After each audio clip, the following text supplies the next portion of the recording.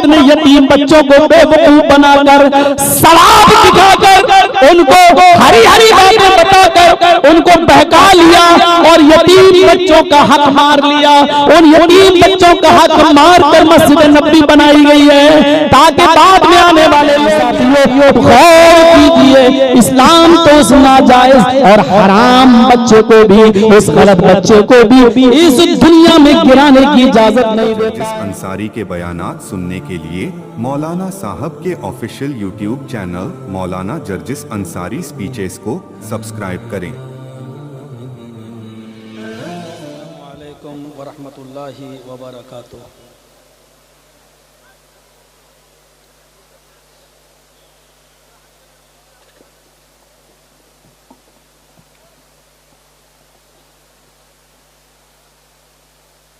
अल्हम्दुलिल्लाह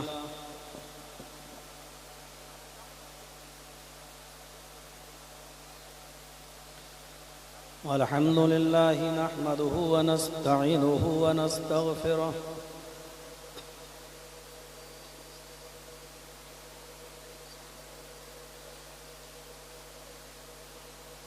व नऊज़ु बिल्लाहि मिन शुरूरि अनफुसिना व मिन सय्यिआति अअमालिना।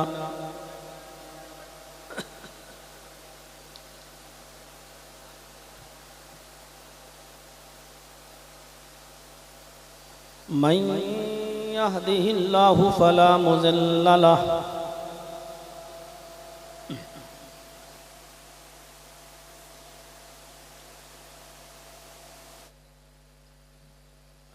व मन युज़लिल्हु फला हादिय लहु।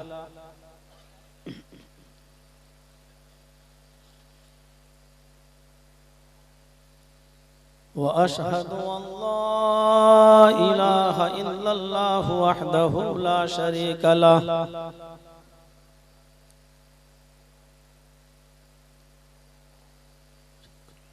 व अशहदु अन्ना मुहम्मदन अब्दुहु व रसूलुहु।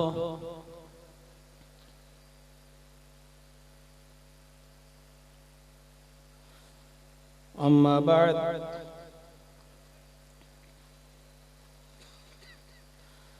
फ़इन्न खैरल हदीस किताबुल्लाह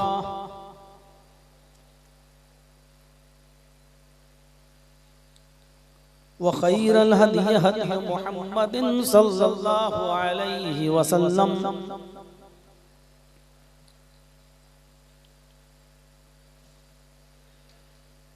व शर्रुल उमूरि मुहदसातुहा व कुल्लु मुहदसतिन बिदअह व कुल्लु बिदअतिन ज़लालह व कुल्लु ज़लालतिन फिन्नार।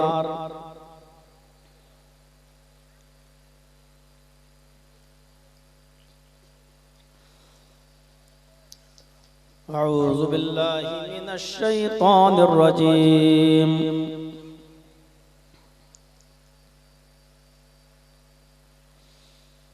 बिस्मिल्लाहिर रहमानिर रहीम।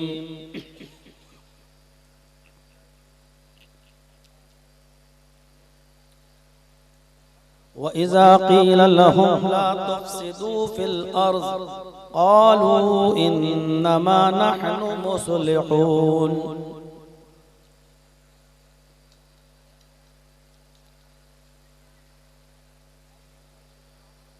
रब्बिश्रह ली सदरी वयस्सिर ली अमरी वहलुल उक़दतम मिन लिसानी यफ़क़हू क़ौली।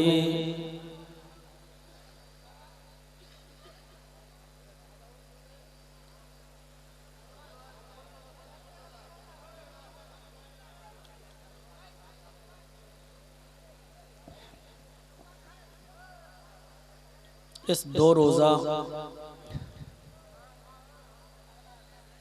प्रोग्राम के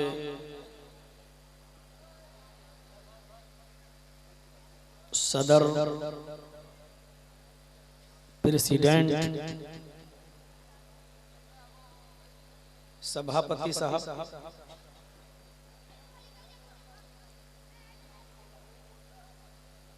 और स्टेज पर बैठे हुए बावकार और बाइज्जत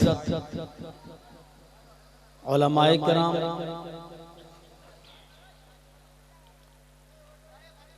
और खास तौर पर इस गांव और अतराफ व अकनाफ आस पास से आए हुए सर्दियों की इस ठंड रात में यहाँ अल्लाह और उसके रसूल की बातें सुनने के लिए, कुरान और हदीस की बातें सुनने के लिए यहाँ आप जो जमा हैं मुअज़्ज़ज़ सामीन हज़रात और पर्दा नशीन इस्लामी ख़वातीन, माँ और बहनों,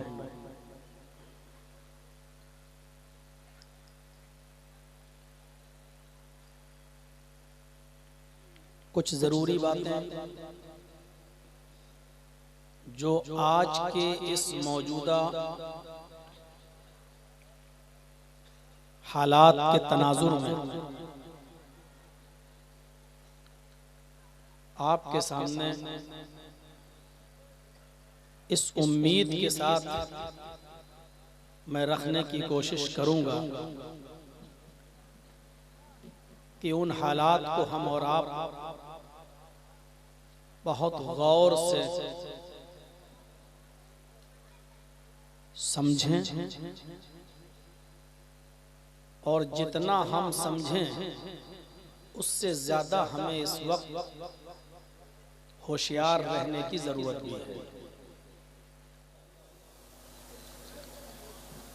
नफरत के इस माहौल में कोशिश करिए कि हम प्यार के फूल खिलाएं, और अगर ये भी नहीं कर सकते हैं तो कम से कम खामोशी बहुत से सवाल का जवाब दे देती है। हर बात का जवाब देना जरूरी नहीं होता है। जब नबी अकरम सल्लल्लाहु अलैहि वसल्लम ने सफा पहाड़ी पर चढ़कर लोगों को एक अल्लाह की तरफ बुलाया था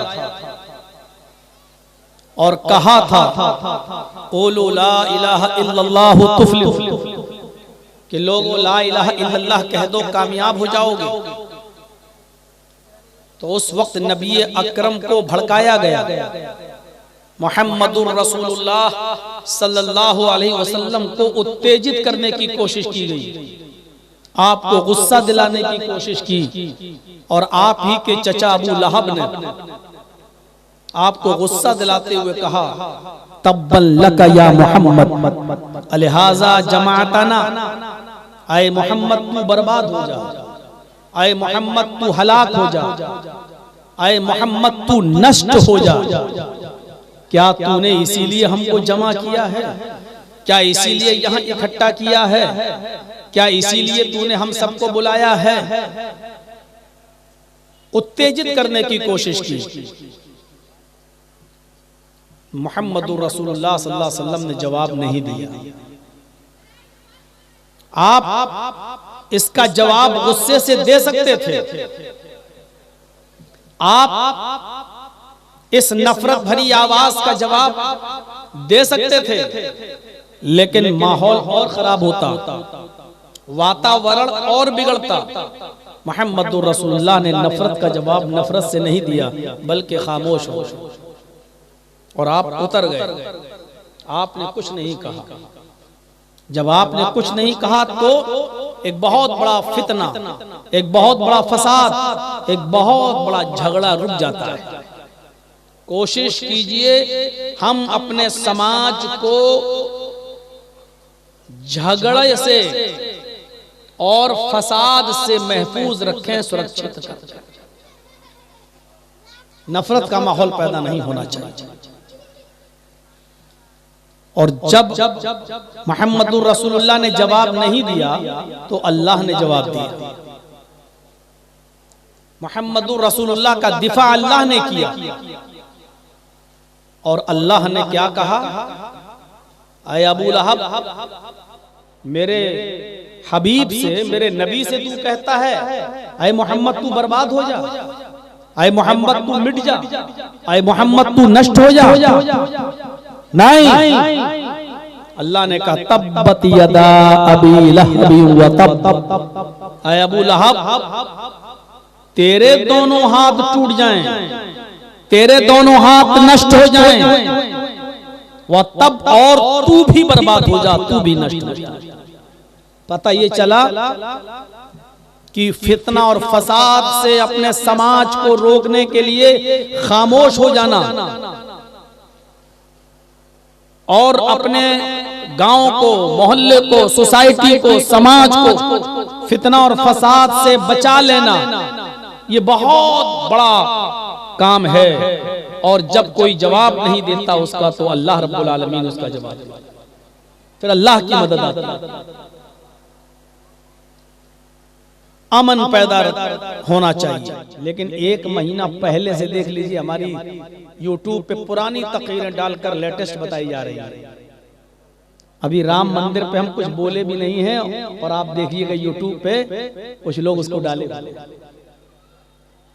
जब तक ये मेरा नाम न ले लें और मेरी तकरीर न दें, इनका पेट नहीं भर रहा। ये हराम कमाई पर इतने तुल चुके कि हमारी 8-10 साल 12 साल पुरानी तकरीर को लेटेस्ट तकरीर कहते हैं और तब डालते हैं ताकि व्यूज बढ़ जाए।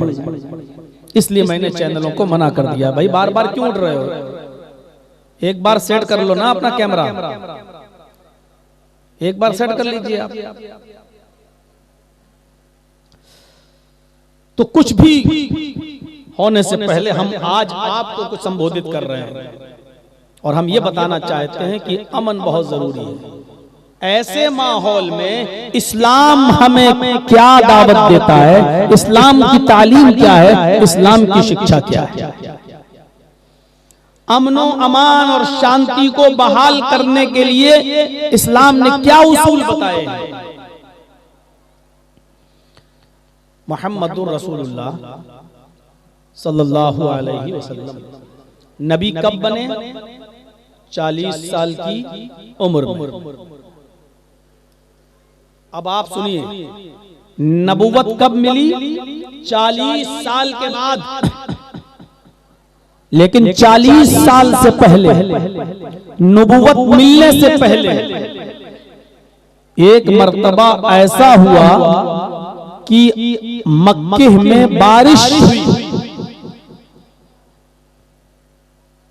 और बारिश कुछ ज्यादा तेज हुई। उस बारिश में नालियों का पानी बाहर आ गया और उस पानी ने सैलाब की एक शक्ल अख्तियार कर ली और उससे हजरत इब्राहीम अलैहिस्सलाम का बनाया हुआ खाने काबा ढह गया। समझ रहे हैं ना आप लोग? तो उर्दू अच्छी तरीके से समझते हैं और उर्दू में तकरीरें भी सुनते हैं। मेरी माँ और बहनों से रिक्वेस्ट है, अगर वो अपनी साड़ी और अपनी चप्पल और अपनी ओढ़नी और अपनी शाल अगर दिखा चुकी हैं और उसकी कीमत बता चुकी हैं तो अब थोड़ा सा खामोश हो जाए और वो अच्छे से सुने, और नहीं सुन पा रही हैं, समझ पा रही हैं तो वो अपने घर चली जाए। लेकिन जो सुन रहे हैं उनको डिस्टर्ब ना करें। मुझे मालूम है कि आपकी शाल बहुत खूबसूरत है, मुझे मालूम है कि आपके कपड़े बहुत महंगे हैं, उसकी कीमत बता चुकी होंगी आप, दुकान भी बता चुकी होंगी कि किस दुकान से ली है, कहां से खरीदी है। अगर इन चीजों से अगर आप फ्री हो गई हो तो थोड़ा सा सुन लीजिए। तो मेरी गुजारिश है मेरी सिस्टर्स से, मदर से, माँ बहनों से कि थोड़ा सा खामोश होकर सुन लें। तो खाने काबा में, खाने काबा पानी से बह गया, पूरा ढह गया। तो मक्के के लोगों ने खाने काबा को दोबारा बना लिया ईंट लाया, कोई गारा लाया, जो एक आस्था थी, होती है। अभी कहीं मस्जिद बन रही हो तो हमारी भी आस्था होगी कि मस्जिद बनकर तैयार हो। सैलाब खत्म हुआ, जब धूप निकली, मौसम ठीक हुआ, तो मक्के के लोगों ने खाने काबा दोबारा बना लिया और असरे नौ उसको दोबारा तामीर कर लिया। जब वो बनकर तैयार हो गया तो खाने काबा में हजरे अस्वद भी लगा हुआ है। जिन लोगों ने हज किया है वो जानते हैं, या उम्रा किया है वो जानते हैं कि हजरे अस्वद से ही खाने काबा का तवाफ शुरू होता है। वहीं से हमें जब चक्कर लगाना होता है और जब पूरा चक्कर होता है तो खाने वहीं हजरे अस्वद के पास जब हम आ जाएंगे तो एक चक्कर माना जाएगा, फिर वहीं से दूसरा चक्कर शुरू होता है।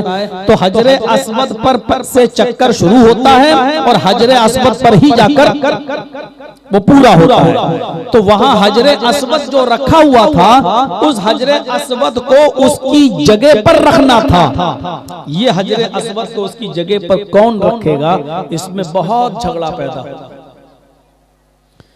हर शख्स ये चाहता था कि हजरे अस्वद मैं रखूं, इसको उठाकर उसकी जगह पर मैं रखूं। हर शख्स ये चाहता था।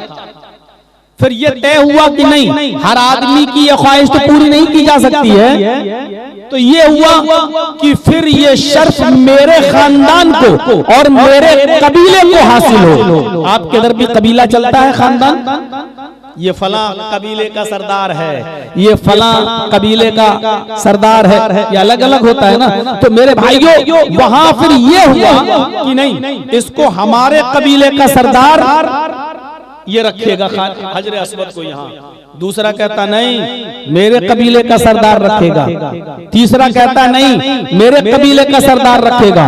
बहुत झगड़ा बढ़ गया, तूफान खड़ा हो गया, तलवारें निकल आई।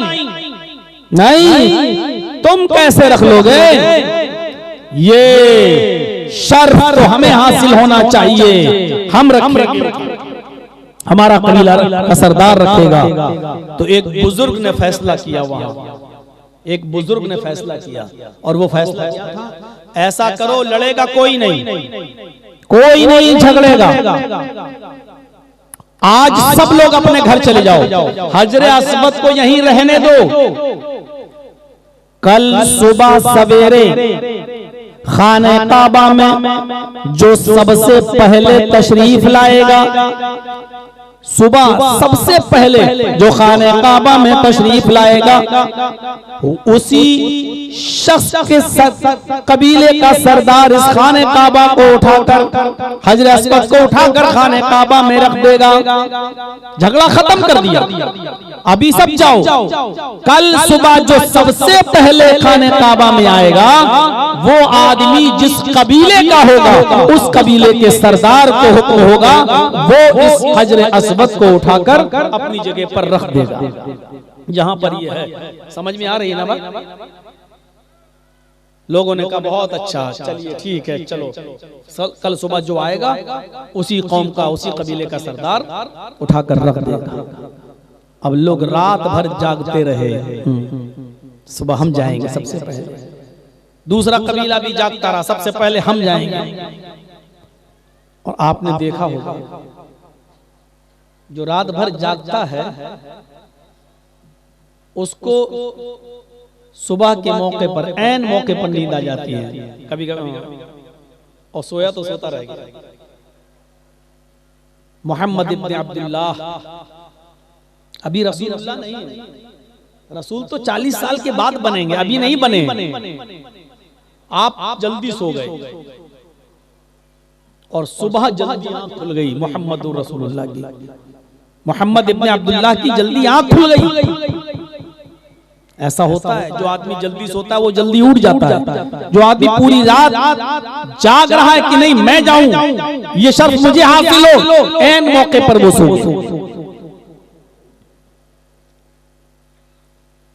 सुबह सबसे पहले मोहम्मद इब्न अब्दुल्लाह खाने काबा में पहुंच जाते हैं। सुबह का सूरज निकलने से पहले लोग जब भागे कि चलो हम पहुंचे, आज हम सबसे पहले पहुंचेंगे, जब ये लोग यहाँ से अपने घरों से निकलते हैं और जब खाने काबा में पहुंचते हैं, कोई आधा मिनट पहले पहुंच रहा, कोई आधा मिनट उसके बाद, कोई उसके बाद, सारे लोग जब एक साथ जमा होते हैं तो क्या देखते हैं कि हम सबसे पहले तो मोहम्मद इब्ने अब्दुल्ला, आमीना का दुलारा, आमीना का लाल तशरीफ ला चुका है। अभी कोई मोहम्मद इब्ने अब्दुल्ला को मोहम्मदुर रसूलुल्लाह की हैसियत से नहीं जानता था, अभी किसी को पता ही नहीं था यही आगे चलकर मोहम्मदुर रसूलुल्लाह बनेंगे, अभी किसी को मालूम ही नहीं था। जब उन्होंने मोहम्मद इब्ने अब्दुल्ला को खाने काबा के अंदर देखा तो खुशी का इजहार किया, किसी को तकलीफ नहीं हुई, इसलिए कि उन्होंने मोहम्मद इब्ने अब्दुल्ला की जिंदगी देखी थी, आपका उठना बैठना देखा था, आपका रहन सहन देखा था, आपका स्वभाव देखा था, आपका करैक्टर देखा था।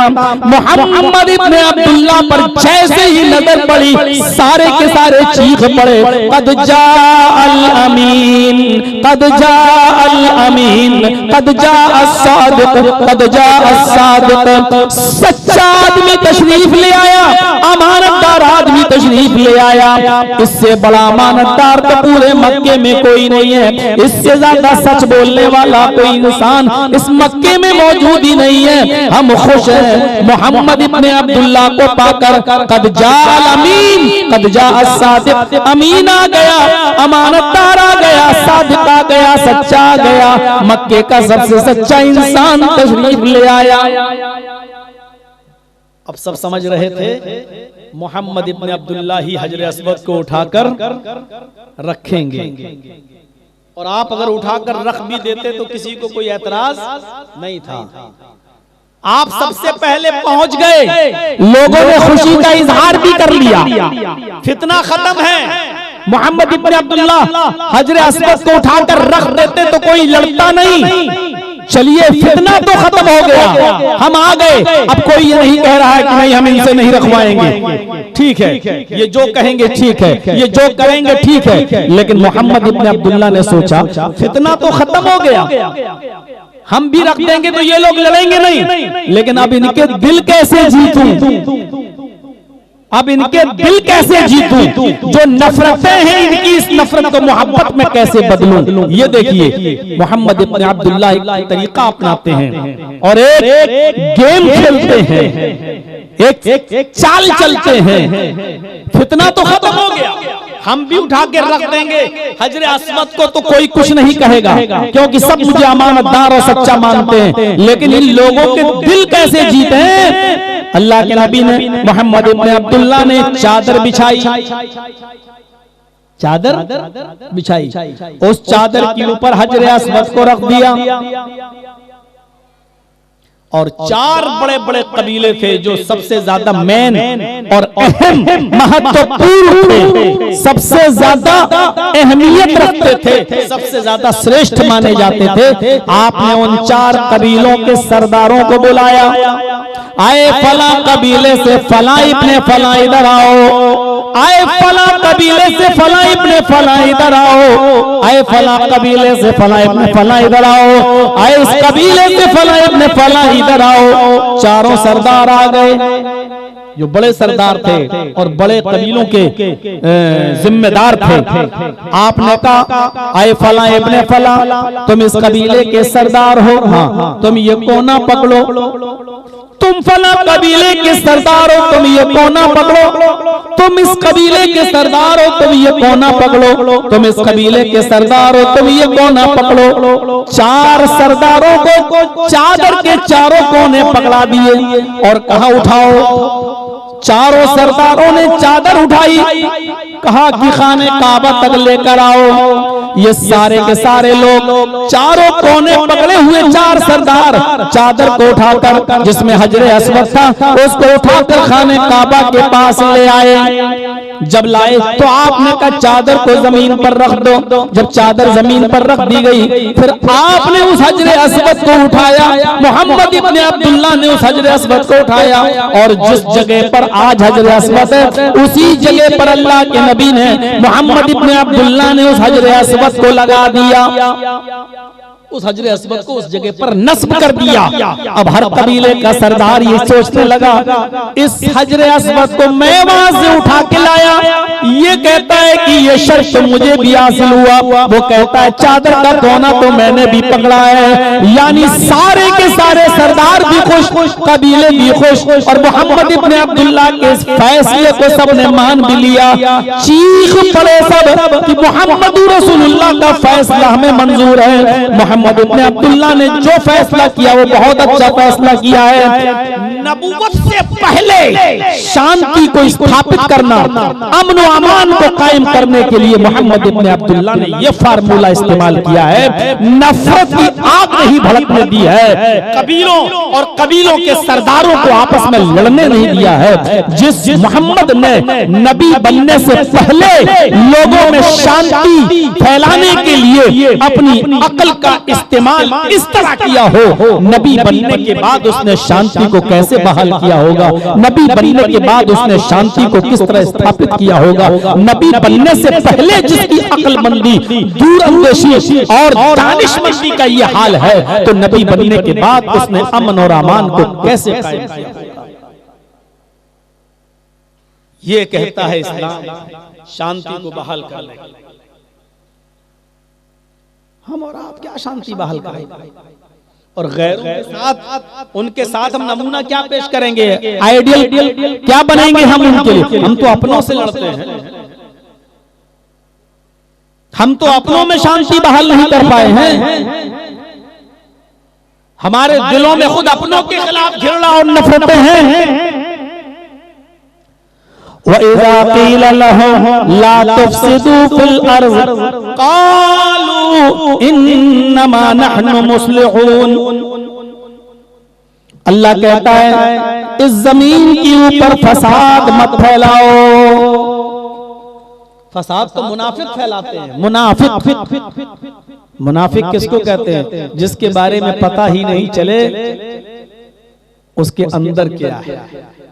मुनाफिक की मिसाल कैसे बताऊं?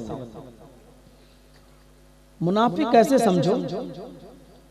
उठेगा तुम्हारे साथ, बैठेगा आपके साथ, खाएगा आपके साथ, रहेगा आपके साथ, चलेगा आपके साथ, कारोबार और बिजनेस करेगा आपके साथ, लेन देन करेगा आपके साथ, और छुरी भी भोगेगा तो आपके पेट।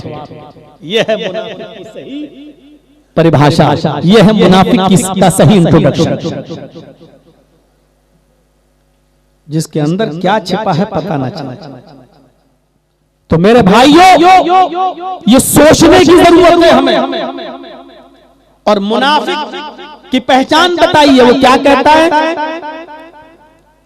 अल्लाह जब उनसे कहता ला तुफ़सिदू फिल अर्ज़, जमीन में फसाद बर्पा मत करो, जमीन में तुम फितना मत फैलाओ, झगड़ा पैदा न करो, जमीन में फसाद मत फैलाओ। क़ालू, तो ये मुनाफिक कहते हैं इन्नमा नहनु मुस्लिहून, हम तो इस्लाह कर रहे हैं, हम फसाद कहाँ बर्पा करते हैं, हम तो अच्छे लोग हैं, हम तो नेक लोग हैं, हम तो लोगों का भला चाहते हैं, हम कभी फसाद बर्पा नहीं करते। अल्लाह कह रहा होशियार रहना इनसे, बी केयरफुल, इनसे सावधान रहना। ये अपनी जबान से कह रहे हम कोई फसाद नहीं फैलाते, हम तो इस्लाह करते हैं। इन्नमा अला इन्नहुम हुमुल मुफसिदून, होशियार रहना, यही फसादी है, यही फसाद बर्पा करते हैं, इस रुए जमीन से चैन और सुकून और शांति को भंग करना चाहते हैं। वलाकिन ला यशऊरून, इनको पता नहीं कि ये क्या कर रहे हैं। सबसे बड़ा जुर्म इस धरती पर, इस जमीन पर अगर कुछ है तो फितना और फसाद फैलाना है। मेरे भाइयों, आप इस जमीन के ऊपर फसाद नहीं फैला सकते। फसाद फैलाने से मना किया है इसने। मोहम्मद इब्ने अब्दुल्लाह को देखो, अब रसूलुल्लाह बन चुके हैं, 13 साल मक्के में रहते हैं। मक्के के बाशिंदों ने मजबूर कर दिया, आपको रहने नहीं दिया। मोहम्मद इब्ने अब्दुल्लाह मक्का छोड़कर 13 साल के बाद मदीना चले जाते हैं। अभी मदीना में रहते हैं। मदीना जाने के बाद मक्के में उम्रा करने के लिए आना चाह रहे हैं। आप अपने चंद सहाबा के साथ, अपने चंद साथियों के साथ मदीने से मक्का तशरीफ ला रहे हैं। इधर पता चलता है मक्के के काफिरों ने ऐलान कर दिया मोहम्मद इब्ने अब्दुल्ला को और उनके साथियों को मक्के में घुसने नहीं दिया जाएगा, मक्के में आने नहीं दिया जाएगा। मोहम्मद इब्ने अब्दुल्ला को और उनके साथियों को मक्के से दरवाजे पर खड़ा कर दो। लोगों को, शातिरों को, बदमाशों को जो मोहम्मद को और उनके साथियों को मक्के में एंट्री न करने दें, फसाद फैलाना चाहते थे काफिर लोग। जब ये लश्कर मोहम्मदुर रसूलुल्लाह के साथ मक्के से कोई 7 मील की दूरी पर, 7 मील की दूरी पर, 7 माइल्स की दूरी पर हुदैबिया के मकाम पर पहुंचता है और ये खबर मिलती है कि मक्के में हमारी एंट्री नहीं है। लोग तलवारें लेकर बाहर खड़े हैं और वो हमें और हमारे साथियों को मारना चाहते हैं। तो आपने एक कासिद भेजा, आपने एक दूत भेजा, आपने एक एलची भेजा, आपने एक पैगंबर को भेजा कि और बातचीत कर लो, बातचीत के जरिए मामले हल कर लेना चाहिए। बातचीत के जरिए बड़े बड़े मसले हल हो जाते हैं। आपने भी किसी कासिद को भेजा, एलची को भेजा, कहा जाओ और काफिरों को दावत दो, हम हुदैबिया के मकाम पर हैं, आओ और हमसे बातचीत कर लो। बातचीत के जरिए अगर रास्ता निकलता है तो ठीक, वरना हम लड़ने नहीं आए, झगड़ा करने नहीं आए। काफिरों ने इस बात को मान लिया, कहा ठीक है चलो बातचीत करने में क्या बुराई है, बातचीत करने में क्या बुराई है। कुछ लोग मक्के से हुदैबिया के मकाम पर आए। उन लोगों का सरदार सुहैल था, काफिरों का सरदार सुहैल था। बहुत स्लो बोल रहा हूँ और समझा के कोशिश कर रहा हूँ कि अपनी बात पूरी तरीके से तो आपके दिल में उतार सकूं। काफिरों में जो लोग आए उनका प्रेसिडेंट, उनका सभापति कौन था? सुहैल। ये लोग जब आए तो बातचीत होने लगी। आपने कहा देखो हम और हमारे साथी उम्रा करने आए हैं, हमें मक्के में दाखिल हो जाने दो, हम खाने काबा का तवाफ करेंगे, 2 रकात नफल नमाज पढ़ेंगे, हजरे अस्वद की और सफा मरवा की सही करेंगे। सफा मरवा की सही करने के बाद अपने बाल हल्क करेंगे, अपने बाल छिलाएंगे और यहाँ से हम चले जाएंगे। हम सिर्फ उम्रे के लिए आए हैं, आपको हमें रोकने की आपको रोकना नहीं चाहिए। उन लोगों ने, काफिरों ने कहा आए मोहम्मद इब्ने अब्दुल्ला, हम आपको रोक रहे हैं, हम आपको अभी उम्रा नहीं करने देंगे, इस साल तो बिल्कुल ही नहीं करने देंगे। हमने और हमारे साथियों ने मन बना लिया है, नहीं आप इतने लोगों को तोड़कर आप अपने साथ मक्के से मदीना ले गए। कितने लोगों ने कितना कमाया और यहाँ रहकर मजदूरी की और सारी माल दौलत लेकर मदीने चले गए। आप मदीने में भी अपने बाप दादा का दीन लोगों से छुड़वा रहे हैं और हम आपको आ जाने दें? नहीं। बातचीत का दौर चलता है तो कुछ शर्तें लगाई जाती हैं। उन शर्तों को मुहम्मदुर रसूलुल्लाह मान रहे हैं सिर्फ इसलिए कि फसाद न फैले, झगड़ा न फैले, आपस में लड़ाइयां न हो, दंगे न हो, तलवारें न चले, एक दूसरे का मर्डर न करे। आपने फितना और फसाद रोकने के लिए उस मौके पर काफिरों की नाजायज शर्तें भी मानी। अब सुनिए वो शर्तें क्या थी जिन पर समझौता होता है, जिन पर कंप्रोमाइज होता है और उस समझौते पर मुहम्मदुर रसूलुल्लाह खुद सिग्नेचर करते हैं, आप खुद उसके ऊपर हस्ताक्षर करते हैं, आप खुद लिखते हैं कि मुझे ये शर्तें मंजूर हैं। वो नाजायज शर्तें क्या थी जरा सुनिए मेरे भाइयों। आए मोहम्मद, पहली शर्त देखिए, आए मोहम्मद इस साल हम आपको उम्रा नहीं करने देंगे, आप भी जाइए और आपके साथ जितने लोग आए हैं मदीने से ये सब मदीने वापस जाएं। 400 किलोमीटर और वो भी ट्रेन का सफर नहीं था कि जर्जी साहब की तरह बैठे लखनऊ से शाम को सुबह आपके यहाँ आ गए। घोड़ों का सफर, ऊंट का सफर, वो भी 400 किलोमीटर का सफर मदीने से चलकर मक्के की तरफ, और मक्का आ चुका 7 मील दूर रह गया बस। और शर्त पहली, इस मर्तबा हम आपको उम्रा नहीं करने देंगे, आप भी जाइए और आपके साथ जितने लोग आए सब वापस जाओ। आपने कहा ठीक है, अगर तुम यही चाहते हो तो मुझे तुम्हारी ये शर्त मंजूर है। लिख लिया। सुहैल ने, काफिरों के प्रेसिडेंट ने कहा, मेरी दूसरी शर्त ये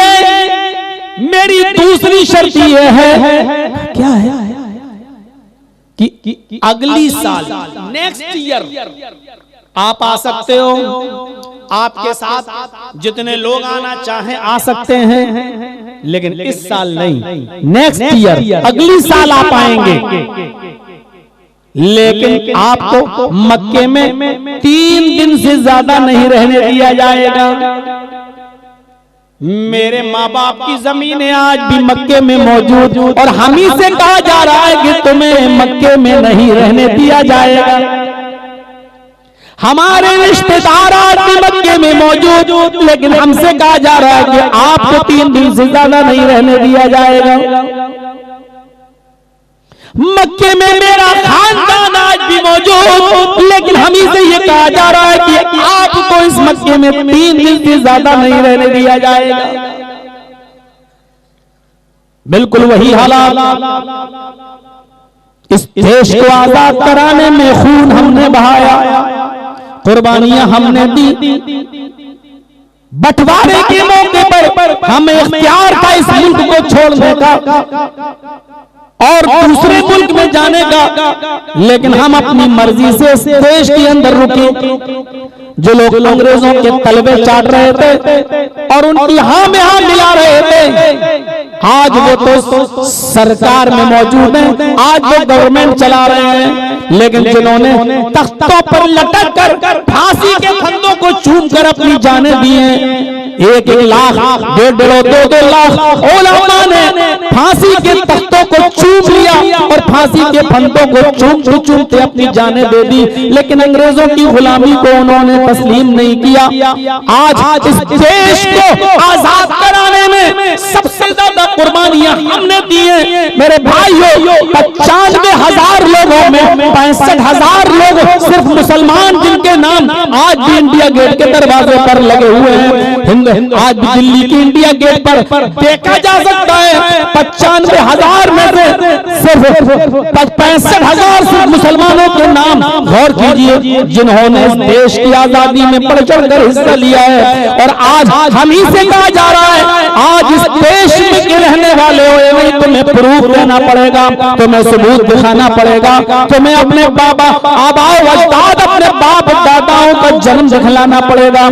किसी की बीवी पाकिस्तान की तो नहीं थी, बांग्लादेश की तो नहीं थी, इंडोनेशिया की तो नहीं थी, आज हम ही से कहा जा रहा है कि आपको सबूत दिखाना पड़ेगा। कंडीशन 3 दिन से ज्यादा आप और आपके साथियों को नहीं रहने दिया जाएगा। आपने कहा ठीक है, चलो मुझे तुम्हारी ये शर्त भी मंजूर है। देखिए शांति के लिए आप कितना दब रहे हैं। उन्होंने कहा मोहम्मद, मेरी तीसरी शर्त ये है, आप और आपके सहाबा तलवारें लेकर तो आएंगे, लेकिन तलवारें मियान में रखी हुई होंगी, खुली हुई तलवार लेकर नहीं घूम सकते हो, और मक्के में हमारे आदमी खुली हुई तलवार लेकर घूमेंगे। आपने कहा मुझे तुम्हारी ये शर्त भी मंजूर है। चौथी शर्त है, और शर्त है, अभी बात खत्म हुई। का चौथी शर्त यह है कि अगर मक्के से मेरा कोई आदमी आपके पास भागकर मदीना चला जाए और आपके पास पहुंच जाए, इस्लाम ले आए और आपके साथ रहना चाहे तो आप उसको अपने पास नहीं रोक सकते हो। अगर आज के बाद मक्के से कोई भी आदमी मदीना जाएगा तो आपको मेरा आदमी वापस करना होगा, मेरा आदमी रिटर्न करना होगा, मेरा आदमी लौटाना होगा। लेकिन मदीने से अगर आपका कोई आदमी हमारे पास मक्के में आ जाएगा तो हम वापस नहीं करेंगे, हम वापस नहीं करेंगे, हम उसको नहीं लौटाएंगे। मोहम्मद इब्ने अब्दुल्लाह कहते हैं मुझे तुम्हारी ये शर्त भी मंजूर है। देख रहे हैं कोई शर्तों का तालमेल है। इस साल नहीं करने दिया जाएगा, ठीक है, अगली साल आ सकते हो, ठीक है, 3 दिन से ज्यादा नहीं रहने दिया जाएगा, ठीक है। तलवार लाओगे लेकिन मियान में रहेगी, खुली हुई तलवार लेकर नहीं घूम सकते हो, लेकिन मेरे आदमी खुली हुई तलवार लेकर घूमेंगे। ठीक, मेरा आदमी अगर मक्का छोड़ के मदीना चला गया तो तुम्हें वापस करना होगा, ठीक है। लेकिन तुम्हारा आदमी उत्तेजित किया जा रहा है, भड़काया जा रहा है ताकि मोहम्मद उड़ जाए और समझौते पर दस्तखत यही झगड़ा हो और चंद लोग जो मोहम्मद के साथ आए उनको यहीं पर खत्म कर दें, लड़ लड़ा कर मार डाले, खत्म। ये बहाना ढूंढ रहा है जैसे आजकल की मौजूदा गवर्नमेंट बहाना ढूंढ रही है, बिल्कुल यही बहाना सुहेल ढूंढ रहा है कि किसी तरीके से कह दें मोहम्मद नहीं, ये कैसे हो जाएगा। और यहीं पर लड़ाई झगड़ा हो, यहीं पर तलवारें चलें, ये जिहाद के नाम पर लड़ें और हम भी लड़ें। और चंद लोग तो हैं ये लोग, हम इनको उठाकर यहीं पर कत्ल कर दें, लेकिन आप कोई मौका नहीं दे रहे हैं, फितना और फसाद को रोक रहे हैं। आप कह रहे हैं मुझे तुम्हारी ये शर्त। अब वो सोच रहा है यार क्या मामला है, इसको ये भी मंजूर। चलो मेरा आदमी आएगा तो वापस करोगे, तुम्हारा आदमी आएगा तो मैं वापस नहीं करूंगा, ठीक है, मुझे तुम्हारी ये शर्त। अब सिग्नेचर लिख दिया मोहम्मदुर रसूलुल्लाह को ये शर्तें मंजूर हैं। सुहेल से कहा लो सिग्नेचर कर दो। काफिरों का सरदार सुहेल के पास जैसे ही डॉक्यूमेंट हाथ में आया, उसने देखा तो आखिरी चाल चली कंप्रोमाइज को बिगाड़ने की, आखिरी कोशिश की उसने कि अभी भी खेल बिगड़ जाए। तो उसने कहा वाह, इस पे तो लिखा हुआ है मोहम्मदुर रसूलुल्लाह को ये शर्तें मंजूर हैं। अरे हम रसूलुल्लाह मानते ही कहां हैं। कहा कि रसूलुल्लाह काटो। अरे इसी बात का तो झगड़ा ही है। आप कहते हो मैं अल्लाह का रसूल हूं, मैं कहता हूं नहीं हूं। अगर हम रसूल मान ही लें तो झगड़ा किस बात का। अरे झगड़े की बुनियाद ही यही है कि आप अपने आप को रसूलुल्लाह कहते हैं और हम आपको रसूलुल्लाह नहीं मानते। लिहाजा ये रसूलुल्लाह काटो और लिखो मोहम्मद इब्ने अब्दुल्लाह को ये शर्तें मंजूर हैं। अल्लाह के नबी सल्लल्लाहु अलैहि वसल्लम ने उस कागज को लिया और हजरत अली से कहा, अय अली रसूलुल्लाह काट। अल्लाह के नबी किससे कह रहे हैं? अली से। अय अली रसूलुल्लाह काट दो और रसूलुल्लाह की जगह इब्ने अब्दुल्लाह लिख दो। मोहम्मद तो लिखा ही हुआ है, रसूलुल्लाह ये हमें मानते नहीं है। इब्ने अब्दुल्लाह अब्दुल्लाह का बेटा, सन ऑफ अब्दुल्लाह मानते हैं, अल्लाह का बेटा मानते हैं। लिहाजा लिख दो मोहम्मद इब्ने अब्दुल्लाह को ये शर्त मंजूर है। इधर हजरत अली ने मना कर दिया। नबी के सामने देखिए कितने चैलेंज। उधर वो कह रहा हम रसूलुल्लाह काटो, नहीं तो हम शर्त नहीं मानेंगे, समझौता नहीं होगा, कंप्रोमाइज नहीं होगा। इधर आप हजरत अली से कह रहे हैं अली रसूलुल्लाह काट दो, इधर हजरत अली कह रहे हैं मैं नहीं काट सकता। सोचो कितने चैलेंज। हजरत अली ने कहा मैं नहीं काटूंगा। अल्लाह के नबी ने कहा क्यों नहीं काट रहे हो? फरमाया वाह, आप तो अल्लाह के रसूल हैं, हम तो आपको रसूलुल्लाह मानते हैं। हम आपके अल्लाह का रसूल होने पर ईमान लाए हैं। जब हम आपको अल्लाह का रसूल मानते हैं तो रसूलुल्लाह कैसे काट दें? काटने का मतलब यह कि हम मान नहीं रहे हैं। काटने का मतलब ये है कि हम मान नहीं रहे, जब हम आपको रसूलुल्लाह मानते हैं तो काटे कैसे? अल्लाह के नबी, मेरे हाथ में इतनी ताकत नहीं है कि मैं रसूलुल्लाह काट सकूं। अल्लाह ने आपको रसूलुल्लाह बनाया है, अल्लाह ने आपको पैगंबर बनाया है, अल्लाह ने आपको रसूलुल्लाह बनाकर भेजा है, तो फिर हमारी क्या मजाल कि मैं रसूलुल्लाह काट दूं? अल्लाह के नबी, मेरे अंदर इतना बड़ा कलेजा नहीं है कि मैं रसूलुल्लाह काट सकूं। अल्लाह के नबी ने फरमाया, अच्छा ठीक है तो मत काटो, मुझे बताओ कि रसूलुल्लाह कहाँ लिखा? जो नबी ऐलान करता है इन्नी रसूलुल्लाहि इलैकुम जमीआ, ऐ लोगों मैं तुम सबकी तरफ अल्लाह का रसूल बनाकर भेजा गया हूँ। आज वो रसूल कह रहा है, ऐ अली मुझे बताओ कि रसूलुल्लाह कहाँ लिखा हुआ है? हजरत अली ने इशारा किया, ये लिखा है। अल्लाह के नबी अपने हाथ से कलम लेते हैं और रसूलुल्लाह काट रहे हैं। जिस नबी को अर्श वाले ने रसूलुल्लाह बना कर भेजा है, अल्लाह ने जिसको रसूल बनाकर भेजा है, मोहम्मद रसूलुल्लाह ने भी लोगों से कहा है जब अशहदु अल्लाह इलाहा इल्लल्लाह पढ़ो तो इस्लाम में दाखिल होने के लिए अशहदु अन्ना मुहम्मदन अब्दुहु व रसूलुहु भी पढ़ना है, तुम्हें मुझे अल्लाह का रसूल भी मानना है। लेकिन आज ये लोग रसूलुल्लाह कटवा रहे हैं, अगर ना काटूं, अगर उसको मैं न मिटाऊं तो ये लड़ाई के लिए तैयार है, झगड़ा करने के लिए तैयार है, फितना फैलाने के लिए तैयार है। इस फसाद को कैसे रोका जाए, इस फितने को कैसे रोका जाए, इस लड़ाई को कैसे खत्म किया जाए? आपने अपने हाथ से रसूलुल्लाह काट दिया, आपने अपने हाथ से कलम जद कर दिया, आपने रसूलुल्लाह का शब्द, रसूलुल्लाह का वर्ड अपने हाथ से काट दिया। अल्लाह की कसम, जब रसूलुल्लाह का लफ्ज खुद अल्लाह के रसूल काट रहे होंगे, हजरत अली के ऊपर क्या गुजर रही होगी, हजरत अबू बकर सिद्दीक कैसे रो रहे होंगे, और हजरत उमर फारूक का हाथ तो तलवार के दस्ते पर मचल रहा होगा कि अभी इस सुहैल की मैं गर्दन उड़ा दूं जो हमारे नबी से रसूलुल्लाह कटवा रहा है। गौर करो मेरे साथियों, लेकिन ये तमाम की तमाम सहाबा मानने पर मजबूर है, इसलिए कि हमने रसूलुल्लाह को माना है। जब अल्लाह के नबी जो भी कर रहे हैं वो हमारे अच्छे के लिए ही कर रहे हैं, न चाहते हुए भी मानना पड़ रहा है। इसी का नाम इताअत है, इसी का नाम फरमाबरदारी है कि हमारा दिल गवारा नहीं कर रहा है कि अल्लाह के नबी अपना नाम लफ्ज़ रसूलुल्लाह काटे, हम नहीं चाह रहे, लेकिन फिर भी मानना पड़ रहा है क्योंकि मोहम्मद रसूलुल्लाह चाहते हैं कि मैं काट कर फसाद रोक दूं। इससे पता चलता है इस्लाम वो नहीं है जो हमारा दिल चाहे, इस्लाम वो है जो जनाब मोहम्मद रसूलुल्लाह चाहे, चाहे वो हमें पसंद हो या ना हो, चाहे उसके लिए हमारा दिल गवारा करे या ना करे।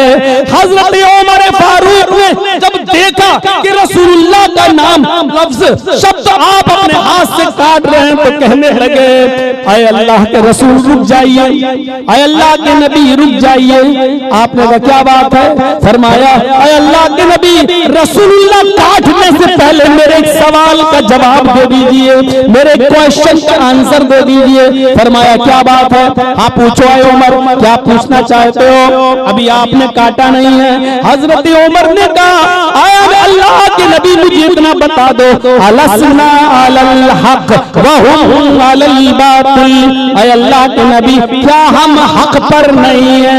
अलसना अलल हक, क्या हम हक पर नहीं है? क्या हम सच्चे नहीं है? क्या आप अल्लाह के रसूल नहीं है? क्या आपको अल्लाह ने रसूलुल्लाह बनाकर नहीं भेजा है? क्या कुरान हक नहीं है? क्या इस्लाम सच्चा नहीं है? क्या आप अल्लाह के नबी नहीं है? क्या हम हक पर नहीं है? क्या हम सच्चे रास्ते पर नहीं है?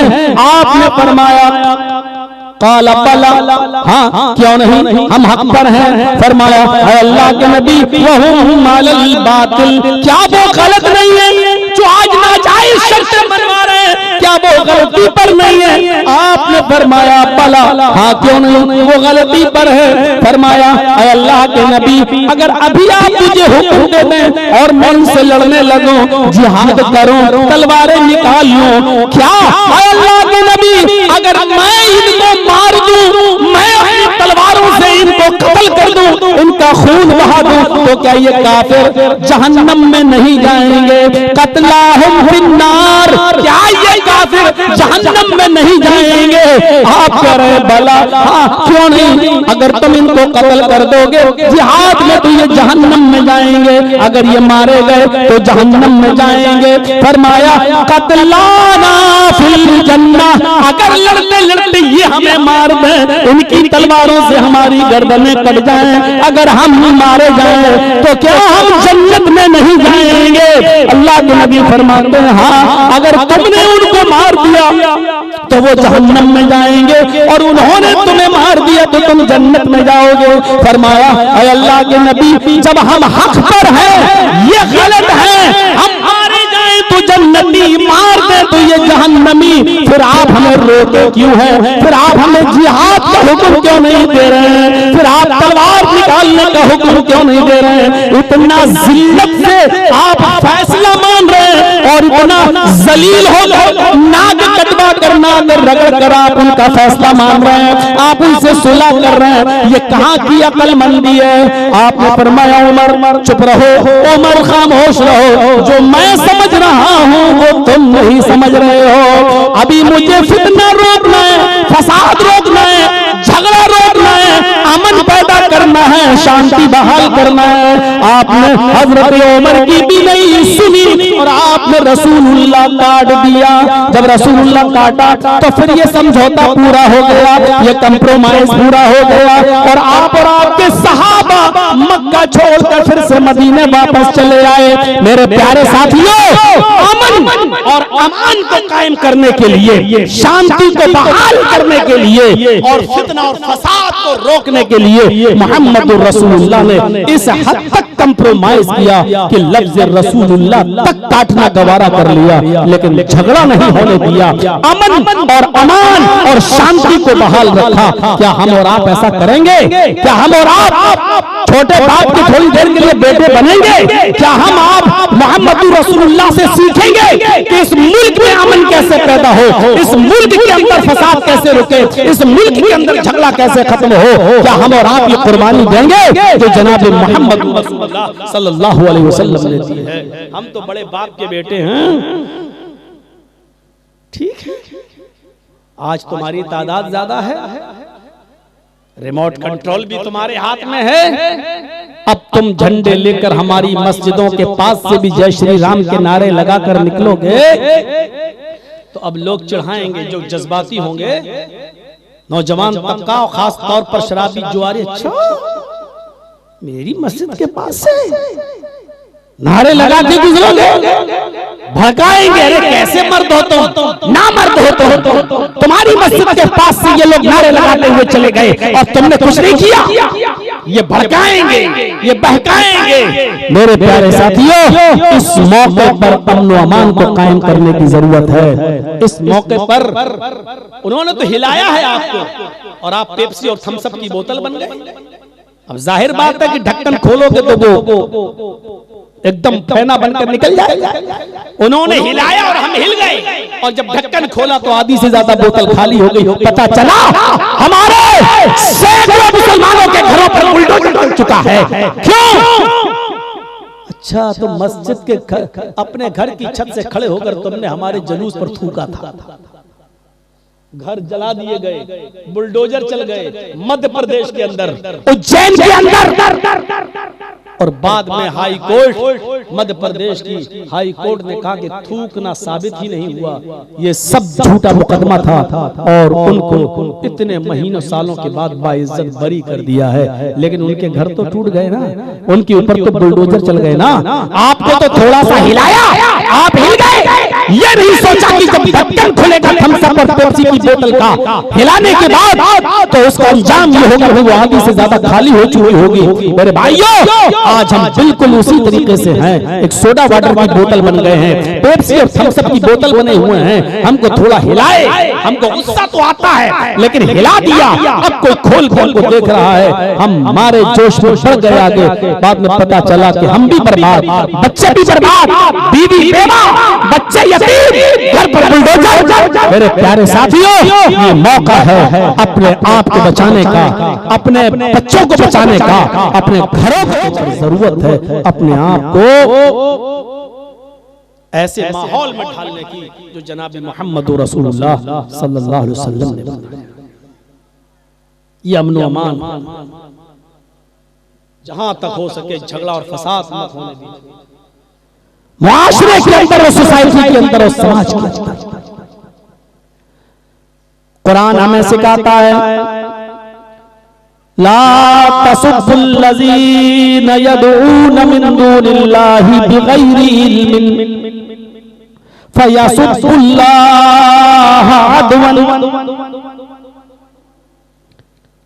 ला तसुब्बुल्लज़ीना यदऊन मिन दूनिल्लाहि। आए लोगों, तुम उन लोगों को गालियां मत दो। ला तसुब्बुल्लज़ीना यदऊन मिन दूनिल्लाह फयसुब्बुल्लाह अदवन बिगैरि इल्म। तुम उन लोगों को गालियां मत दो जो अल्लाह के अलावा दूसरों की इबादत करते हैं, जो अल्लाह के अलावा दूसरों की पूजा करते हैं, यानी जो देवी देवताओं की, बुतों की, मूर्तियों की पूजा करते हैं या अल्लाह को छोड़कर दूसरों को अपना खुदा मानते हैं, तुम उनको गालियां मत दो। अगर तुम उनको गालियां दोगे तो उसके जवाब में क्या होगा?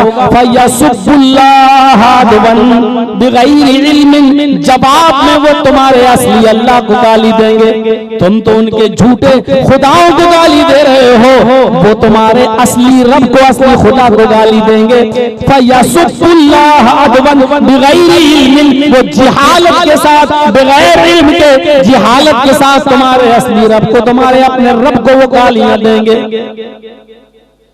हमारा कुरान तो दूसरों के बुजुर्गों को भी गालियां न देने का हुक्म दे रहा है। कह रहा है कि तुम उनकी इज्जत करो तो जवाब में वो तुम्हारी भी इज्जत करेंगे। ये इस्लाम हमें सिखला रहा है कि कोई गैरों की इबादत कर रहा है तुम उसको भी बुरा भला न कहो। हमारा कुरान तो ये भी कहता है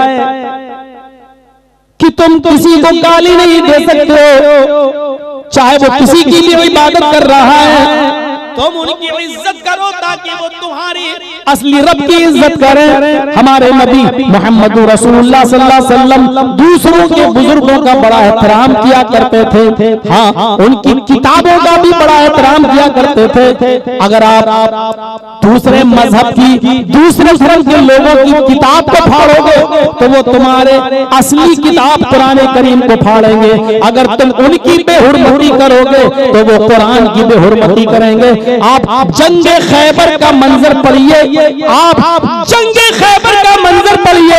खैबर का मौका है, अल्लाह के नबी यहूदियों से जंग कर रहे हैं, जंग जीत जाते हैं और यहूदियों को खैबर छोड़ने का हुक्म देते हैं। अब आप जाओ, खैबर में तुम्हें रहने नहीं दिया जाएगा। सारे यहूदी खैबर छोड़ने के लिए तैयार हैं, जाने के लिए तैयार हैं, लेकिन एक दिन के लिए मोहलत मांगते हैं। आप उनको मोहलत दे देते हैं। वो लोग आते हैं और कहते हैं, अय अल्लाह के नबी मोहम्मद रसूलुल्लाह, आपने और आपके साथियों ने मुझे खैबर छोड़ने का हुक्म दे दिया है। हम लोग जंग हार गए हैं और इस इलाके को छोड़ना चाहते हैं। आपने कहा आराम से चले जाओ, अगर एक दो दिन में अगर तुम रहना चाहते हो तो रहो, तुम्हारे लिए मस्जिद खोल दी जाती है, तुम मस्जिद के अंदर सो सकते हो, तुम मस्जिद के अंदर रह सकते हो। यहूदियों से कहा जा रहा है कि हम अपनी मस्जिदों में तुम्हें सोने की इजाजत देने के लिए तैयार हैं, तुम्हारे खाने पीने का इंतजाम भी हमारे जिम्मे, इंसानियत का फरीजा अदा कर रहे हैं। उन्होंने कहा नहीं शुक्रिया आपका, हमें रहना नहीं है, हम जाना चाहते हैं। आपने कहा फिर तुम्हारी मर्जी। फरमाया मैं सिर्फ एक गुजारिश करना चाहता हूँ, आए मोहम्मद इब्न अब्दुल्लाह, हम जंग में हारे, आपके सहाबा ने हमारा माल लूट लिया है, कोई बात नहीं, जंग में माल लूटा ही जाता है, हम आपका भी लूट सकते हैं, आप हमारा भी, हमें माल नहीं चाहिए। आपने जो लूटा है वो आपका, आपके सहाबा ने जो हमसे छीना है मैदान जंग में वो माल आपका, लेकिन हम सिर्फ इतना चाहते हैं, आए मोहम्मद रसूलुल्लाह, आपके सहाबा ने हमारा माल लूटते वक्त हमारी किताब तौरात भी लूट ली है, हमारी किताब तौरात के नुस्खे भी उनके पास हैं। उन्होंने जब माल पर कब्जा किया तो उन माल में तौरात भी है, हम तौरात की तिलावत करते हैं, हम मूसा पर ईमान लाए हैं, हम मूसा को नबी मानते हैं और तौरात की तिलावत करते हैं। ऐ मोहम्मद इब्न अब्दुल्लाह, तौरात आपकी किसी काम की नहीं है। हम चाहते हैं कि हमें हमारी किताब दे दी जाए, हमें हमारी मजहबी किताब तौरात वापस कर दी जाए। अल्लाह के नबी ने फौरन सहाबा को हुक्म दिया, आए सहाबियों इधर आओ, तुमने इनके माल लूटे, मुझे कोई एतराज नहीं है, ये माल गनीमत है जो तुम्हें मिला है, ये तुम्हारे दरमियान तकसीम कर दिया जाएगा, लेकिन इनको इनकी मजहबी किताब वापस कर दो, जो तौरात के नुस्खे तुमने लूटे वो इनको वापस कर दो, इसलिए कि इनकी आस्था, इनका विश्वास इन किताबों पर, इस किताब पर है। लिहाजा मुझे किसी को जबरदस्ती मुसलमान नहीं बनाना है, किसी को जबरदस्ती इस्लाम के अंदर दाखिल नहीं करना है। लिहाजा इनकी लूटी हुई किताब तौरात इनको वापस कर दो, ताकि ये अपने मजहब के मुताबिक उसकी तिलावत कर सकें और उस पर अमल कर सकें। आपने सहाबा किराम से तौरात के नुस्खे लेकर उन यहूदियों को वापस करवा दिया, उन यहूदियों को तौरात के वो नुस्खे दे दिए। आप किसी की किताब को नहीं लूट सकते हैं। आप दूसरे मजहब की किताबों का एहतराम करेंगे तो आपकी किताब कुरान का भी एहतराम किया जाएगा, और अगर आप दूसरी किताबों का मजाक उड़ाएंगे तो फिर आपकी किताब कुरान करीम का भी मजाक उड़ाया जाएगा। इस्लाम कहता है दूसरे बुजुर्गों की इज्जत करो ताकि तुम्हारे सबसे बड़े बुजुर्ग मोहम्मद रसूलुल्लाह की इज्जत हो। इस्लाम कहता है तुम दूसरों के देवी देवताओं खुदाओं को गाली न दो ताकि वो तुम्हारे खुदा को, तुम्हारे रब को गाली न दें। हमारा इस्लाम कहता है तुम दूसरों की किताबों का एहतराम करो ताकि तुम्हारी किताब कुरान का भी एहतराम किया जाए। आप दूसरों की किताबों में आग लगाएं और ये सोचें कि कुरान महफूज रहेगा, ऐसा नहीं हो सकता है। अगर आप चाहते हो कि मोहम्मद रसूलुल्लाह की इज्जत हो तो आपको भी दूसरे बुजुर्गों की इज्जत करना पड़ेगी। अगर आप चाहते हैं कि लोग मेरे रब का मजाक ना उड़ाएं तो आपको दूसरों के देवी देवताओं और खुदाओं का एहतराम करना होगा, उनको अदब और इज्जत के साथ उनका नाम लेना होगा। इबादत न करिए लेकिन नाम अदब और एहतराम के साथ लेना होगा। आप राम जी का जब नाम लें तो पूरा नाम लेकर रामचंद्र जी कहें, आप कृष्ण का नाम लें तो पूरा नाम लेकर श्री कृष्ण का नाम लें, कृष्ण जी कहें, उनका नाम लें। जब आप ये सब कहोगे तो जवाब ये भी मोहम्मद मोहम्मद नहीं बल्कि मोहम्मद साहब कहेंगे। मेरे भाइयों गौर करो, जब दूसरों के बुजुर्गों का एहतराम करोगे तो आपके भी बुजुर्ग का एहतराम किया जाएगा, और दूसरों के बुजुर्गों को गाली दोगे तो याद रखो मोहम्मद रसूलुल्लाह को भी फिर गाली दी जाएगी। दूसरे देवी देवताओं को बुरा भला कहोगे तो अल्लाह को भी गाली दी जाएगी। अगर आप चाहते हो कि इस्लाम की इज्जत हो तो तुम्हें दूसरे धर्म की इज्जत करना पड़ेगी। अगर आप चाहते हो हमारे नबी का एहतराम हो तो दूसरों के बुजुर्गों का एहतराम करना होगा।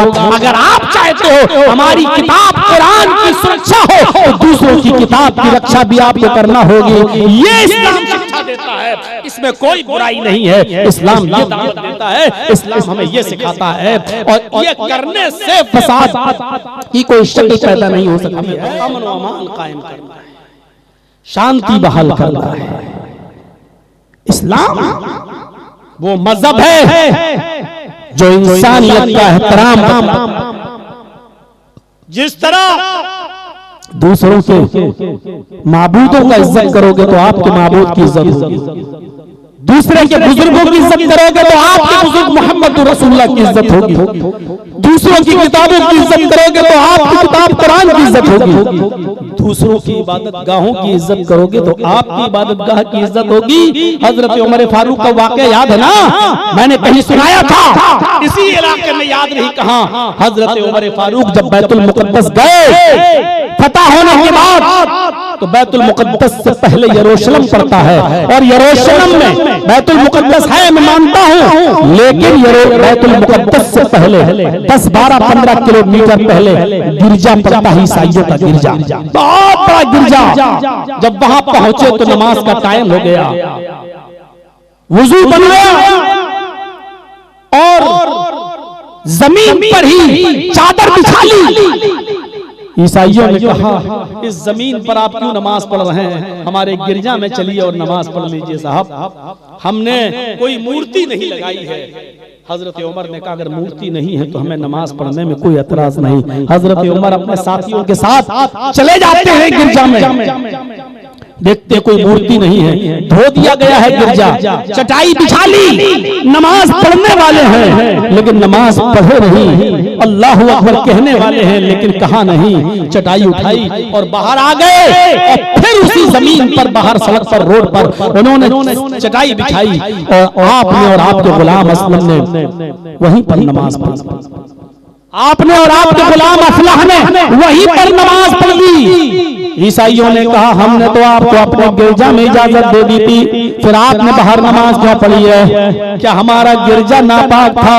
या हमारे गिरजे में अगर आप नमाज पढ़ते तो क्या आपकी नमाज नहीं होती? उस ईसाई ने भाईचारा दिखलाया, हमने आपके लिए अपना इबादत खाना छोड़ दिया और आपने नमाज नहीं पढ़ी। हजरत उमर फारूक ने उस ईसाई को, उस पादरी को गले से लगाया, फरमाया मैंने तुम्हारे गिरजा को नापाक नहीं कहा है और मैंने उसको गलत भी नहीं कहा है। मैं ये भी नहीं कहता हूँ कि तुम्हारे गिरजा में अगर मैं नमाज पढ़ लूंगा तो मेरी नमाज नहीं होगी, मेरी नमाज हो जाएगी। फरमाया फिर क्यों नहीं पढ़ा? कहा मैंने इसलिए नहीं पढ़ा कि मैंने ये सोचा आज अगर मैंने तुम्हारे गिरजा में नमाज पढ़ ली तो मेरे बाद आने वाले लोग, मेरे इंतकाल के बाद पैदा होने वाले लोग कहीं ये न सोचने लगे कि इस गिरजा में कभी हजरत उमर ने नमाज पढ़ी है। ये पहले मस्जिद रही होगी, बाद में ईसाइयों ने कब्जा कर लिया और इस पर गिरजा बना लिया। लिहाजा मुसलमान जोश में आकर कहीं आपकी गिरजा को तोड़ न दें, आपकी गिरजा को कहीं आग न लगा दें और यहाँ पर अपनी मस्जिद न बना लें, क्योंकि जिस जगह गिरजा होगा उसको तोड़कर मस्जिद बनाई जाएगी तो वहाँ हमारी नमाज होगी नहीं, वहाँ हमारी नमाज जायज नहीं है। तो हमने ये सोच कर उसने नमाज न पढ़ी। क्या उमर आज तूने अगर उसमें नमाज पढ़ ली तो आने वाले मुसलमान कहीं इस गिरजा को मस्जिद न समझने लगे और कहीं बाद में इस गिरजा को तोड़कर खत्म न कर दें और यहाँ अपनी मस्जिद न बना लें। मेरे साथियों, मीडिया वालों, अगर तुम्हारे कलमों में ताकत है तो लिखो और जुर्रत है तो बयान करो। इस्लाम वो मजहब है जो डंके की चोट पर कहता है किसी भी जगह मंदिर हो, गिरजा हो, माबद हो, चर्च हो, अगर वो पहले से है उस जगह पर कब्जा कर लिया जाए या उस जगह को तोड़ दिया जाए और उस पर कोई मस्जिद बनाई जाए, इस्लाम वाहिद वो मजहब है जो ये कहता है कि उस मस्जिद में तुम्हारी नमाज नहीं होगी। पूरी जिंदगी नमाज पढ़ोगे तो उस मस्जिद के अंदर तुम्हारी नमाज नहीं। हम तो डंके की चोट पर कहते हैं जिस जगह मंदिर होगा और मंदिर तोड़ के मस्जिद बनाई गई होगी, चर्च तोड़ के मस्जिद बनाई गई होगी, गिरजा तोड़ के मस्जिद बनाई गई होगी, किसी का भी इबादत खाना तोड़ कर मस्जिद बनाया गया, मस्जिद बनाई गई होगी तो उस जगह पर हमारी नमाज नहीं होगी। आप दूसरे के खेत में नमाज नहीं पढ़ सकते हैं जनाब। ये खेत है बगल में, मुसलमान ही का है, नमाज का टाइम हो गया है, आपको उस खेत के मालिक से इजाजत लेना पड़ेगी कि नमाज का वक्त हो गया, मैं यहाँ नमाज पढ़ लूं। मैं जानता हूं कि वो कुछ नहीं कहेगा लेकिन फिर भी आपको इजाजत लेना पड़ेगी क्योंकि नमाज पढ़ना इबादत है और इबादत किसी की भी जमीन पर बिना उसकी इजाजत के नहीं आप पढ़ सकते हैं। कुर्बानी करना एक इबादत है। आपने कोई बकरा या जानवर कुर्बानी की नियत से ले लिया है और आपका वो जानवर चरचे चरते खाते पीते आपके किसी मुसलमान भाई के खेत में चला गया और वहां से थोड़ी सी घास खा ली, वहां से थोड़ा सा चारा खा लिया और आपको मालूम है कि मेरे कुर्बानी के बकरे ने दूसरे के खेत में जाकर चारा खाया है, घास खाई है, तो आप उस वक्त तक कुर्बानी नहीं कर सकते हो जब तक कि उस घास की, उस चारे की उतनी कीमत आप उस मुसलमान को नहीं देंगे जिसका वो खेत है, जिसका कि वो जमीन पर चरा है और खाया है। ये अलग बात है कि वो बेचारा न ले और कहते चलो कुर्बानी का जानवर है कोई बात नहीं हम नहीं लेंगे, लेकिन आपको उसकी कीमत देना पड़ेगी और जब तक आप नहीं देंगे आपकी कुर्बानी नहीं होगी। मेरे भाइयों तसव्वुर करें आप, इस्लाम ये कहता है कि जिस जिसकी जमीन होगी उसकी जमीन पर आपको इजाजत लेना पड़ेगी। हजरत मोहम्मद रसूलुल्लाह सल्लल्लाहु अलैहि वसल्लम ने जब मस्जिद नबी की बुनियाद डाली और मस्जिद नबी बनकर तैयार, लेकिन उसको बड़ा करने के लिए आपको और जमीन की जरूरत पेश आई। जब उस भर गई तो बड़ी करने के लिए तो आपने जमीन खरीदी 2 यतीम बच्चों से। उन बच्चों के माँ बाप नहीं थे, आपने उन 2 यतीम बच्चों से जमीन खरीदी। उन यतीम बच्चों ने जमीन दे दी।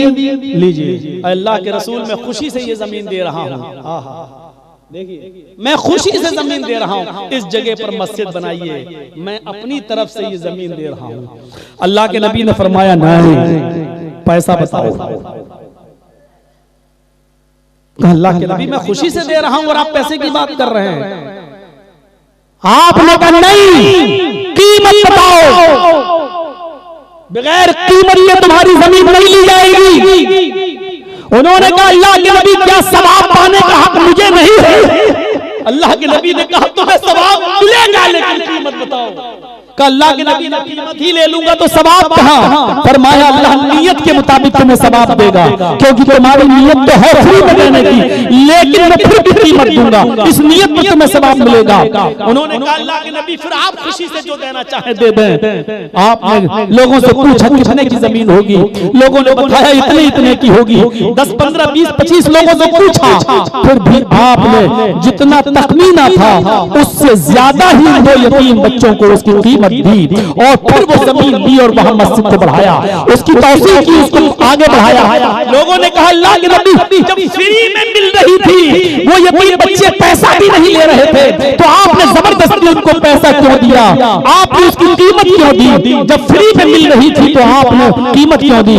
फरमाया इसलिए ताकि कोई आगे आने वाले नस्ल आगे आने वाले न कह सके कि देखो मोहम्मद ने यतीम बच्चों को बेवकूफ बनाकर, शराब दिखाकर, उनको हरी हरी बातें बताकर उनको बहका लिया और यतीम बच्चों का हक मार लिया।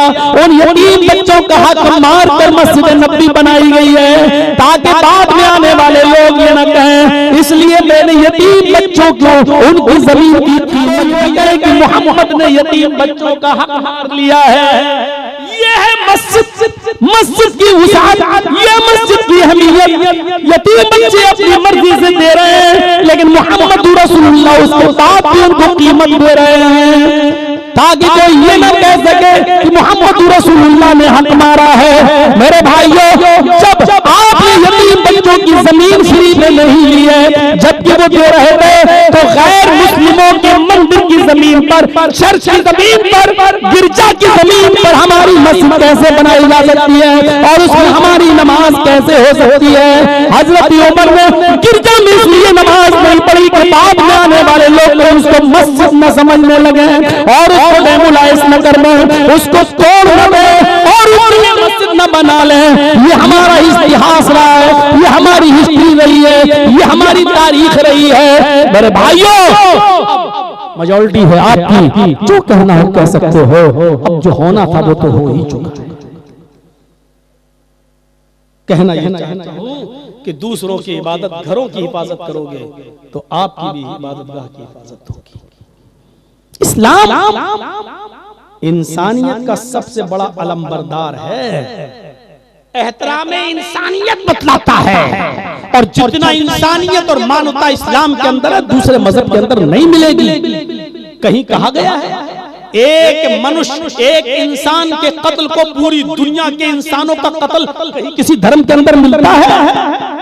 क्या हिंदू धर्म ये कहेगा एक इंसान का कत्ल पूरी इंसानियत का कत्ल है? नहीं, कुरान कहता है एक मुसलमान नहीं, एक इंसान का कत्ल नफ्स, एक इंसान का कत्ल पूरी मानवता और पूरी इंसानियत का कत्ल है। मन कतल नफ्सन बिगैर नफ्सिन फकअन्नमा कतल अन्नास जमीआ, जिसने एक मनुष्य को, एक इंसान को कत्ल कर दिया, उसने पूरी दुनिया की इंसानियत को कत्ल कर डाला।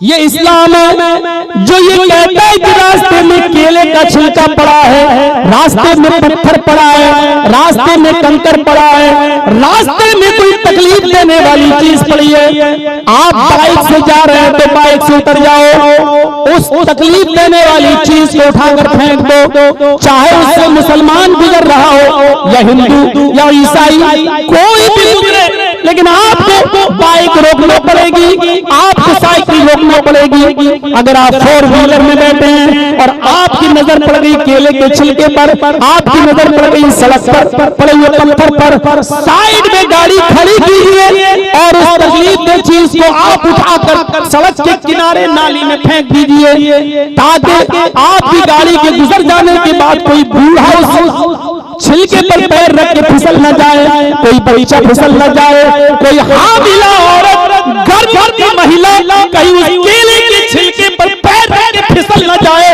और उसके पेट में हमल कहीं जाए ना हो जाए। इस्लाम कहता है तकलीफ की चीज को हटा दोगे तो ये ईमान का एक हिस्सा है। फरमाया अल्लाह के नबी ने इमाततुल अज़ान करीम, रास्ते से तकलीफ की चीज को हटा देना ये इस्लाम का एक हिस्सा है, इस्लाम का एक पार्ट ऑफ ईमान, ये ईमान का एक हिस्सा है।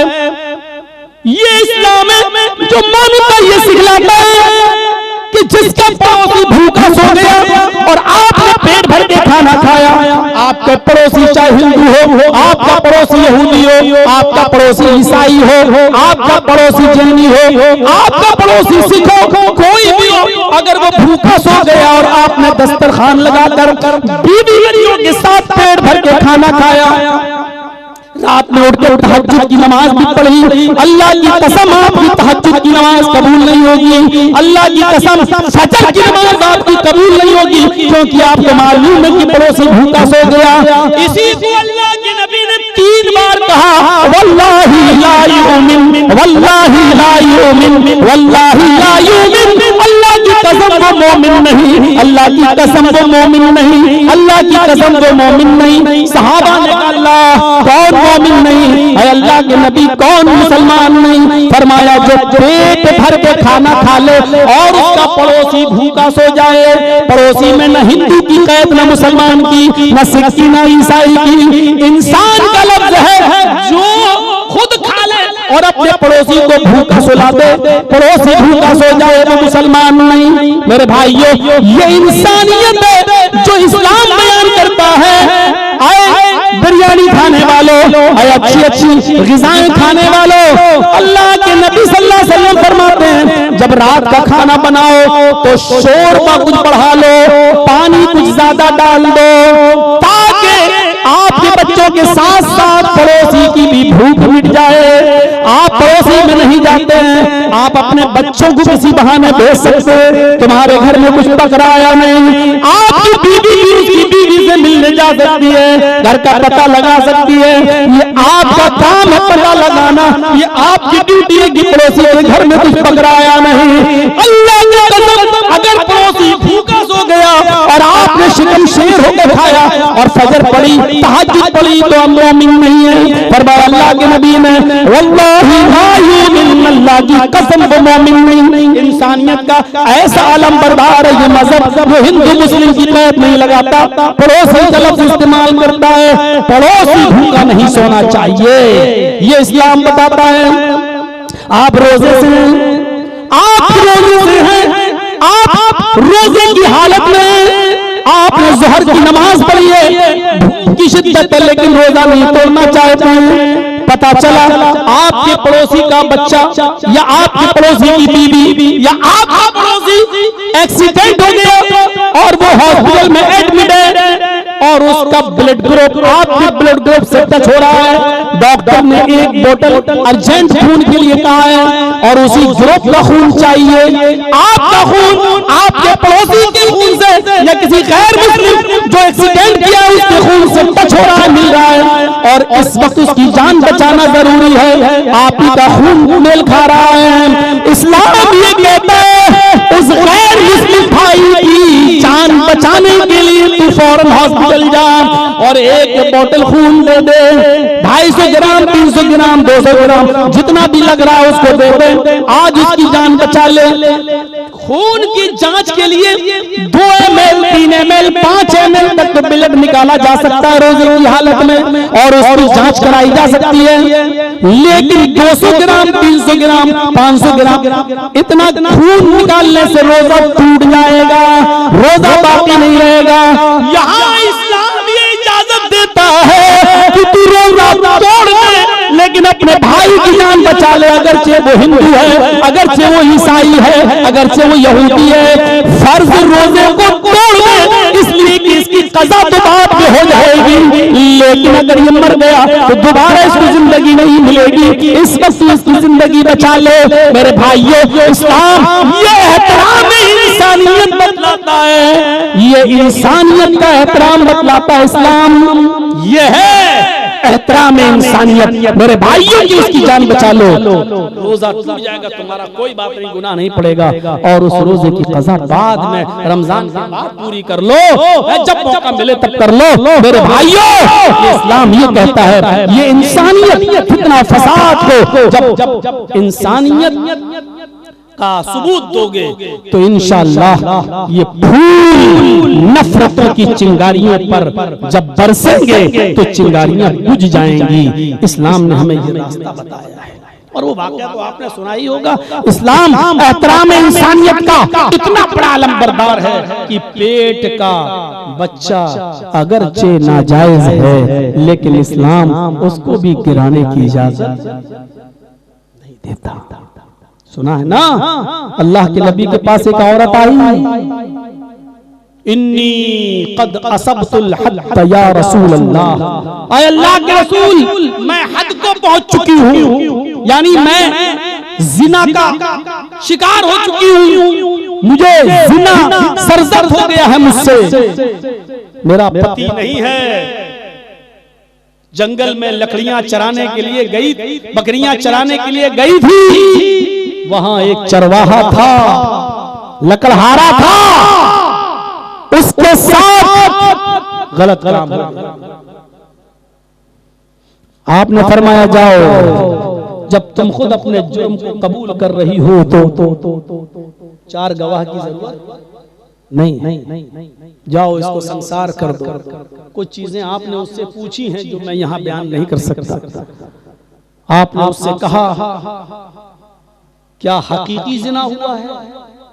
उसने कहा जी। क्या तुम होशो हवास में बोल रही हो?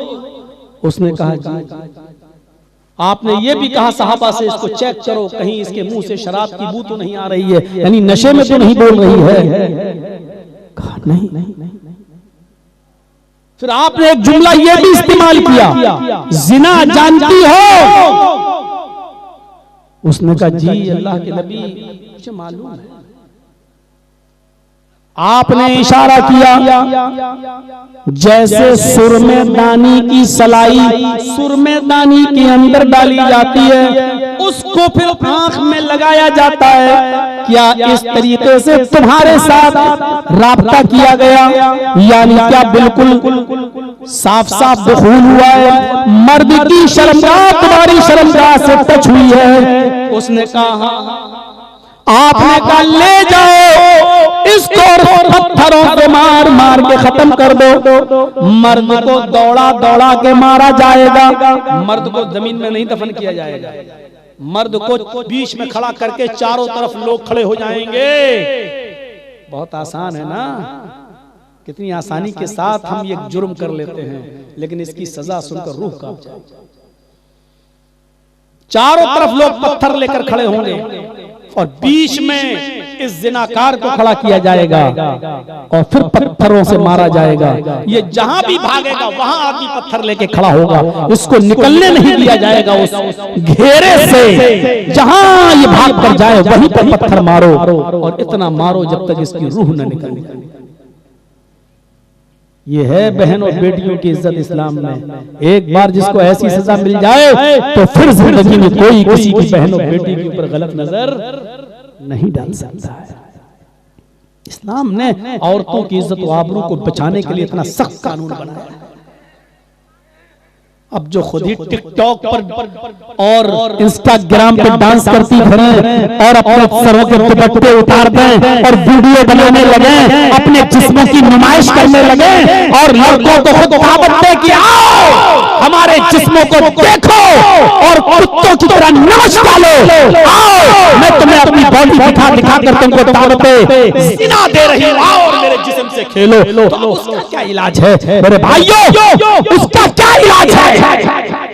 कितनी बेगैरत है वो लड़की जो इंस्टाग्राम पर गानों के साथ इस तरीके की वीडियो बनाकर शेयर करती है, और उससे बड़ा भड़ुआ है उसका बाप जो अपनी बेटी के इस डांस को देखकर खुश होता है और यूट्यूब पर आने वाली इस कमाई को खाता है अपनी बेटी से। उससे बड़ा नाकारा और नालायक है उसका वो बाप, बल्कि अरबी में तय्यूब है उसका बाप, उर्दू में भड़ुआ बाप जो अपनी बेटी की इस हरकत को देखकर भी खामोश है और कुछ नहीं बोलता है, उसका बाप भड़ुआ। मौलाना कितना भी बोल लो हम मानने वाले नहीं, तो तुम कितना भी कर लो हम भी मानने वाले नहीं। हम तसव्वुर करें कहां बैठे, लेकिन औरत को सीने के बराबर जमीन में गाड़ा जाएगा और उसके बाद उसको पत्थरों से मारा जाएगा। जाओ ले जाओ इसको पत्थर से खत्म। जाने लगे, साहबा ने कहा चल चल चल चल, उसने कहा आहिस्ता आहिस्ता चल। कहा क्यों? कहा पेट में बच्चा है, हमल है। इसी आदमी के साथ जिना हुआ है, इसी का बच्चा है। साहबा ने कहा अल्लाह के रसूल इसके पेट में तो हमल है। आपने उस औरत से पूछा हमल है? फिर तुम क्यों नहीं बताई? अल्लाह के रसूल मुझे मारा जाएगा तो बच्चा भी मर जाएगा। अगर मैं इस बच्चे को अगर जन्म दे दूं तो मेरे मरने के बाद ये बच्चा बाप का नाम किसका पाएगा? आपने कहा बच्चे का तो कसूर नहीं है, कसूर तो तेरा है, तो सजा तुझे मिलनी चाहिए, इस बच्चे को नहीं। जाओ जब बच्चा पैदा हो जाए तबले कराना, जाओ जब बच्चा पैदा हो जाए तबले कराना। वो औरत गई, 9 महीने के बाद जब बच्चा पैदा हो गया तब आई। आपने कहा कौन? 9 महीने में आपको भी याद नहीं है कौन? कहा मैं वही औरत हूं, ये मेरा बच्चा है अब पैदा हुआ है। आपने कहा अच्छा अच्छा अच्छा, लाओ इस बच्चे को मुझे दे दो। उस औरत ने वो बच्चा मोहम्मद रसूलुल्लाह की गोद में दे दिया। आपने साहबा से कहा जाओ अब इस औरत को संसार कर दो, एक नाजायज बच्चा है, जिना की पैदावार है, और मोहम्मद रसूलुल्लाह अपने मुबारक हाथों में उस बच्चे को लिए हुए हैं, इसलिए कि उस बच्चे का कसूर नहीं है। एक नाजायज बच्चे को भी अपनी गोद में लिए हुए। जब वो औरत जाने लगी, पीछे मुड़ के कहती है अल्लाह के रसूल, हर मरने वाले से आखिरी ख्वाहिश पूछी जाती है, क्या मैं इस बच्चे को आखिरी मर्तबा अपना दूध पिला सकती हूँ? मोहम्मद रसूलुल्लाह ने इजाजत दे दी। उसने बच्चा लिया, चेहरा घुमाया, अपनी पिस्तान से लगा लिया, और बच्चा खुद से जब दूध छोड़ दिया तो उसने नबी को दे दिया, लीजिए। बच्चा हंसने लगा, लेकिन उस बच्चे के मुंह में दूध लगा हुआ था। और जाने लगी, अल्लाह के नबी उस बच्चे के मुंह में लगा हुआ दूध देखते हैं, उस औरत को देखते हैं जो मरने के लिए जा रही है। उस बच्चे फिर दूध देखते हैं, फिर उस औरत की तरफ देखते हैं, आवाज देते हैं इस बच्चे की माँ इधर आ। मोहम्मद इतना बड़ा जालिम नहीं हो सकता, ये बच्चे का दूध तेरी पिस्तान में मौजूद है, और अभी माँ के दूध के अलावा कोई दूसरा दूध इसको सूट भी नहीं करेगा, फायदा भी नहीं देगा। अभी इस बच्चे की ग़िज़ा तेरी पिस्तान में, ये बच्चा पकड़, इस बच्चे को अपने घर ले जा, और जब तक ये बच्चा तेरा दूध पीता रहेगा तुझे सजा नहीं दी जाएगी। अब तुझे सजा तब दी जाएगी जब ये बच्चा दूध पीना छोड़ दे, रोटी खाने लगे, तब मैं तुझे सजा दूंगा। जा। एक मुजरिमा औरत है, जुर्म किया है और अपने जुर्म को एक्सेप्ट भी कर रही है और इस गुनाह से जल्दी पाक भी होना चाहती है, मरने के लिए भी बेचैन है। पता नहीं मुझे अगर ऐसे मौत आ गई तो जहन्नम में जलूंगी, अगर मैंने इस दुनिया में इस्लामी सजा पाली तो अल्लाह मुझे जहन्नम से नजात दे देगा, क्योंकि मैंने इस दुनिया में इस जुर्म की सजा हासिल कर ली है। वो अपने बच्चे की मोहब्बत को भी कुर्बान कर रही है, लेकिन नबी अकरम कह रहे हैं कि नहीं, जब तक ये बच्चा दूध न छोड़ दे और रोटी न खाने लगे तब तक तुझे सजा न दी जाएगी। वो औरत उस बच्चे को लेके चली गई और उनके बच्चे 1.5 साल 2 साल में दूध छोड़ते हैं। इस औरत ने जल्दी रोटी खाना सिखा दिया और 1 साल में ही बच्चा रोटी खाने लगा।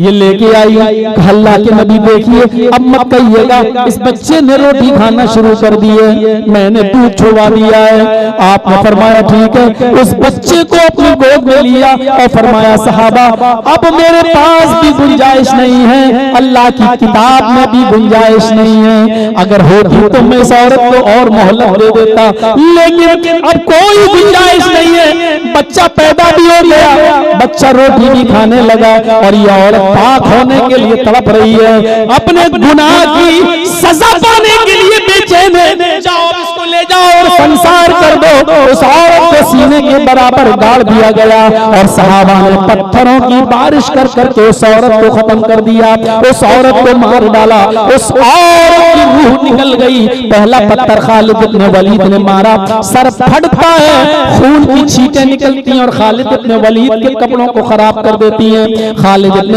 वलीद के मुंह से कुछ नाजायज जुमले, कुछ गलत जुमले निकल जाते हैं। आपने खालिद इब्न वलीद से 3 दिन बात नहीं की। खालिद इब्न वलीद आए, फफिदा बी व उम्मी या रसूल अल्लाह, अल्लाह के नबी आपको मैं देख रहा हूँ, आप मुझसे 2-3 दिन से बात नहीं कर रहे हैं, कलाम नहीं कर रहे हैं। आपने फरमाया ऐ खालिद, जब उस औरत को तुमने पत्थर मारा उसके खून के छींटे निकले और उस औरत को तुमने गाली दे दी, कुछ नाजेबा जुमले बोल दिए। फरमाया हाँ मैंने बोला था, ऐ अल्लाह के नबी वो जानिया औरत, वो बदचलन औरत, उसके खून की छींटों ने मेरे कपड़े नापाक कर दिए, इसलिए गुस्सा आ गया था।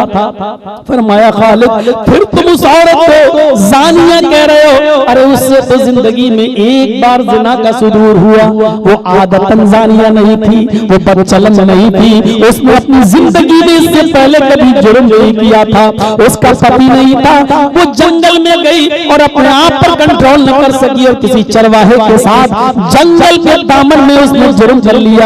लेकिन उसने फिर एहसास किया, उसको फील हुआ कि मैंने गलत काम किया। वो अल्लाह के दरबार में सच्ची तौबा करने आ गई, मेरे दरबार में आई, मैंने उसको संसार का हुक्म दिया। उस औरत ने पत्थरों से पिट-पिट कर अपनी जान दे दी, वो अपने आप को पाक कर ली और तुम उसको जानिया कहते हो, बदचलन कहते हो। ऐ खालिद तुम्हें नहीं मालूम उस औरत ने अपनी जान देकर कितनी सच्ची तौबा की है, कैसी पाक हो गई है। उस औरत ने ऐसी सच्ची तौबा की है कि उस एक औरत की तौबा को इस मदीने के 70 गुनाहगारों पर, और वो गुनाहगार भी इतने बड़े जो जहन्नम में जाने के लायक हो, यानी 70 जहन्नमी जिनको जहन्नम में जाने की सजा हो, अगर उस एक औरत की तौबा को इस मदीने के 70 गुनाहगार जहन्नमियों पर डाल दिया जाए तो इस एक औरत की तौबा से उन 70 की बख्शिश हो जाए, वो 70 की 70 भी जन्नती बन जाएं। उसने तो ऐसी सच्ची तौबा की है, उसने तो ऐसी सच्ची पाकी हासिल की है। ऐ खालिद आज के बाद आइंदा कभी इस औरत को जानिया और बदचलन मत। पूरा वाकया बताने का मकसद ये है कि इस्लाम माँ के पेट से पैदा होने वाले बच्चे की भी गिराने की इजाजत नहीं देता है, उसको भी माँ के पेट में मारने की इजाजत नहीं देता है, चाहे वो जिना ही की पैदावार हो। एक लड़का लड़की गलत काम हो गया, अमल ठहर गया, अब मुंह मेरा काला न हो जाए समाज में, सोसाइटी में, इसलिए वो डॉक्टर लेडी डॉक्टरों के पास जाकर अपने पेट के बच्चे को गिरा देते हैं। ये और बड़ा जुर्म करते हैं। जिना तो जुर्म हुआ ही हुआ, लेकिन उस बच्चे को गिरा कर उसका कत्ल भी कर देते हैं जो जिना से गौर कीजिए, इस्लाम तो उस नाजायज और हराम बच्चे को भी, उस गलत बच्चे को भी इस दुनिया में गिराने की इजाजत नहीं देता है। इस्लाम कहता है बच्चा अगरचे नाजायज है लेकिन बच्चे का कसूर नहीं है, वो दुनिया में बाप का नाम नहीं पाएगा तो क्या हुआ, उसका अल्लाह तो है, उसका आने के बाद उसको भी नमाज पढ़ने का हक है, उसको भी रोजा रखने का हक है, उसको भी अल्लाह की इबादत करने का हक है। इस्लाम मोहम्मद रसूलुल्लाह का दीन उस नाजायज बच्चे को भी मस्जिद में आने की इजाजत देता है, उस बच्चे को भी नमाज पढ़ने की इजाजत देता है, उस बच्चे को भी रोजा रखने की इजाजत देता है। और ये कहता है ये बच्चा जब बड़ा हो जाए तो समाज के लोग अपनी बेटी की शादी इस बच्चे के साथ करने तो कोई गुनाह नहीं है, इसलिए ये बच्चा तो अगरचे नाजायज है लेकिन इस बच्चे का कसूर अपनी पैदाइश में कुछ नहीं है, इसलिए बच्चा बेकसूर है, अगरचे बाप का नाम नहीं पाएगा। अब इस बच्चे का दुनिया में अल्लाह है, अगरचे माँ है लेकिन माँ मर चुकी है, अब माँ भी नहीं, इस बच्चे का इस दुनिया में अब अल्लाह है लेकिन नमाज पढ़ने का हक है, रोजा रखने का हक है, ज़कात देने का हक है, तौबा करने का हक है, हज करने का हक है, और इस बच्चे को भी इबादत करके जन्नत में जाने का हक है। इस्लाम उस नाजायज बच्चे को भी गिराने की इजाजत नहीं देता, उसको भी मारने की इजाजत नहीं देता। ये इस्लामी तालीम है, ये इंसानियत का एहतराम है। एक नाजायज बच्चे को भी नहीं गिराया जाएगा और हमल साख्त नहीं किया जाएगा। मेरे भाइयों, यहाँ से अंदाजा लगाइए कि इंसानियत का कितना बड़ा अलम बरदार है हमारा ये मजहब इस्लाम। 12:08 हो चुके हैं। मेरे भाइयों, सर्दियों की इन रातों में इससे ज्यादा प्रोग्राम चलना भी नहीं चाहिए। तो एहतराम इंसानियत और अमन व अमान और शांति को कैसे कायम किया जाए, इस टॉपिक पर मैंने ये बातें आपके सामने रखी हैं। हम दुआ करते हैं अल्लाह ताला से कि अल्लाह आलमीन हमें अपने मुआशरे में, अपने समाज में, अपनी सोसाइटी में अल्लाह हमें अमन कायम करने की तौफीक अता फरमा, फितना और फसाद से हमारे मुआशरे को पाक फरमा दे, हमें झगड़े और लड़ाइयों से रोकने के लिए थोड़ा सा झुकने की अल्लाह हमें तौफीक अता फरमा। जरा नम हो तो ये मिट्टी बड़ी जरखे से साथी, अगर हमारी नरमी से अगर फसाद रुक जाए तो इसमें कोई बुराई नहीं। अल्लाह जब तक तू हमें जिंदा रख, इस्लाम पे जिंदा रखना, और जब हमारा खात्मा हो तो ईमान पर हमारा खात्मा फरमाना। वमा अलैना इल्लल बलागुल मुबीन व आखिरु दावाना अनिल हम्दुलिल्लाहि रब्बिल आलमीन। अस्सलामु अलैकुम व रहमतुल्लाहि व बरकातहू।